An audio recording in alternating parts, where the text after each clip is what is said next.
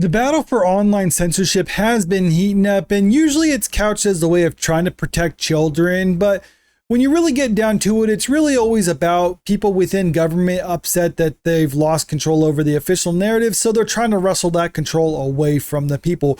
But in this case, when it comes to the UK going after 4chan, they're coming to find out that some US companies aren't willing to just bow over and take it from them. But before we get into all this, if you're new to the channel here, make sure you click that subscribe button.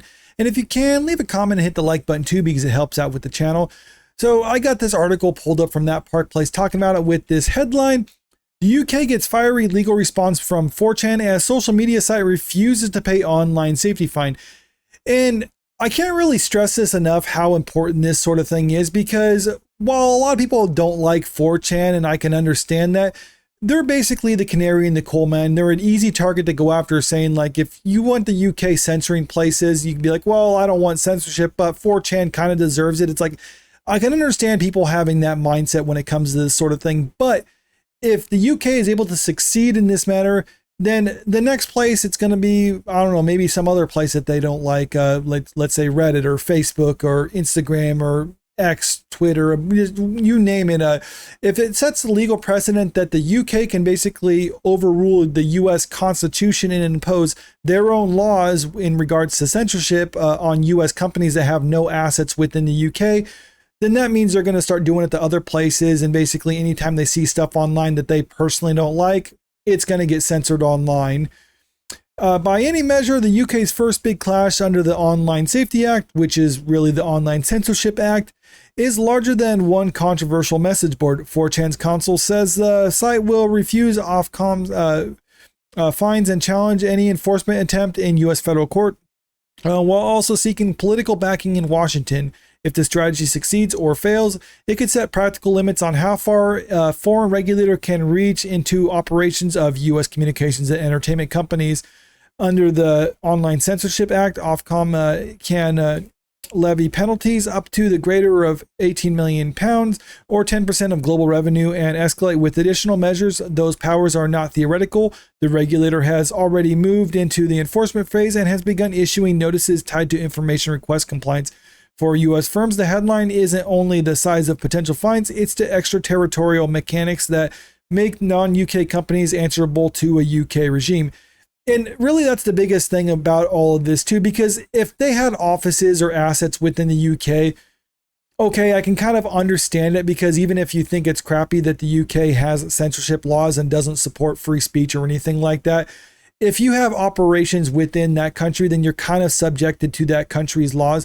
But that's not what we're getting at here. This is country or companies that are completely free of any UK enforcement because they don't actually operate in the UK whatsoever. But the UK is like, you know what?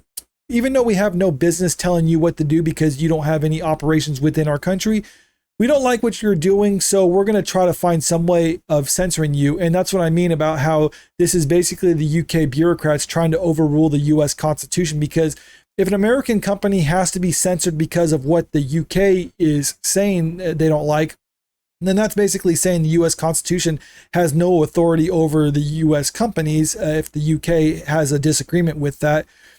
Critically, Ofcom's toolkit isn't limited to tickets. Guidance and expert analysis highlight potential pressure on third parties, from app stores and search to ISPs and payment providers, to restrict the non-compliant services access to UK market. In other words, even if a site has no offices in Britain, the regulators can still make life difficult by leaning on distribution and monetization rails that most US platforms rely on.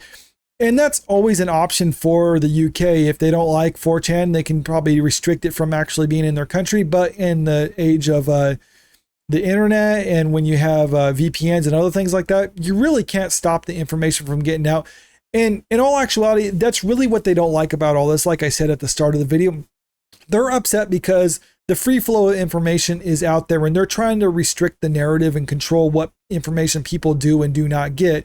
And even if they can restrict having 4chan within the UK, they can't stop the information because people are eventually going to get a hold of it. So the only thing that they can actually do if they're trying to keep their people from actually hearing the truth or hearing something that goes against the official government narrative is to try to restrict that information from existing elsewhere on the internet. And that's what this is all about. So 4chan legal team responded to this in this email that they sent to the UK, and this is how it reads. So you got the legal information at the start with the letter reading. According to press reports, the UK Office of Communications has issued a provisional notice under the Online Sensorship Act, alleging a contravention by 4chan and indicating the intention to impose a penalty of £20,000 plus daily penalties thereafter.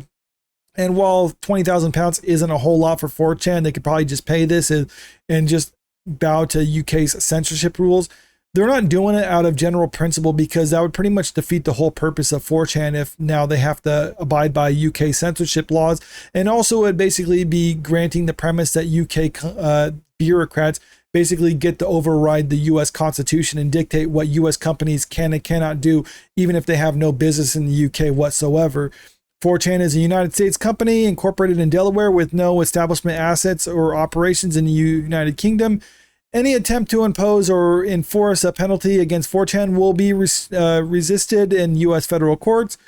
And currently, basically, U.S. companies like this have to abide by U.S. laws. And since 4chan isn't breaking any U.S. laws, the UK can't enforce any penalties against them. But in the age of the internet, since they actually do kind of offer their service over in the UK, maybe this is kind of a gray area, but if you actually just look at the laws, it looks pretty much like the UK still can't do anything. So if the UK did try to actually take this to US courts, they might find themselves actually losing in this one. American businesses do not surrender their First Amendment rights because a foreign bureaucrat sends them an email. Under settled principle of U.S. law, American courts will not enforce foreign penal fines or censorship codes. If necessary, we will seek appropriate relief in U.S. federal courts to confirm these principles. And I think that's ultimately what it would be doing, is confirming the principles that other countries can't tell U.S. companies what they can do. United States federal authorities have been briefed on this matter. The Prime Minister, Sir Keir Starmer, was reportedly warned by the White House to cease targeting American companies with UK censorship codes, according to reporting in The Telegraph on July 30th. And I actually looked up that reporting, and you can see from The Telegraph, White House warned Starmer stop threatening U.S. tech companies' free speech. This was published July 30th. I'm not going to read this whole thing, but here's just how it starts. The White House has warned Sir Keir Starmer to stop threatening American tech companies amid mounting backlash over Britain's online censorship law. Members of Donald Trump's administration are monitoring the Online Sensorship Act with great interest and concern after key allies said it was censoring free speech and imposing unfair burdens on U.S. businesses, which is what it's doing. The law, which regulates online speech, or another way of saying censors online speech, allows the British government to levy massive fines on companies like Apple, Truth Social, and X if it finds that rules on hate speech have been broken in. According to the UK, their laws on hate speech are so broad and subjective that it pretty much comes down to what the government doesn't like. They'll call hate speech and try to levy some type of fines on you. And the only reason they're doing that is basically to try to stifle any honest conversations about what's going on. So those in the president's inner circle see the potential penalties as an unwarranted foreign intervention into American free speech. And that's what this is 100%. And for the UK to actually attempt this when you have Donald Trump in the White House, who's been bullish on trying to protect American companies against other countries, this is not a good time to do this, but I hope they do pursue this, because I think with the current makeup of the government, the UK will lose. And while the UK could just back off this for the time being until they can hopefully get someone more favorable in the White House who will actually bend over to their pressure. Right now, if they tried to pursue this, we might actually get some legal precedent on the line where now we got a court determining that's like, no, even when it comes to the internet, foreign countries cannot dictate what American companies actually do. So if you don't like it, that's just tough. So I do kind of hope the UK does try to pursue this, because I think what will happen is basically just that. It'll set legal precedent that the UK government is basically the emperor without the clothes. They can't do anything when it comes to US companies. And while they might try to find some other measures to enforce it by putting pressure on payment providers or distributors or other things like that, I think we'll start seeing a lot of these other companies maybe moving some of their assets out of the UK.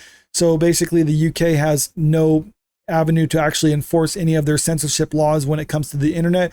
So the only thing that they can actually do is maybe just have an internet like the Chinese government does, which is the people within their country just can't have any access to outside information, just like any authoritarian nation would try to impose.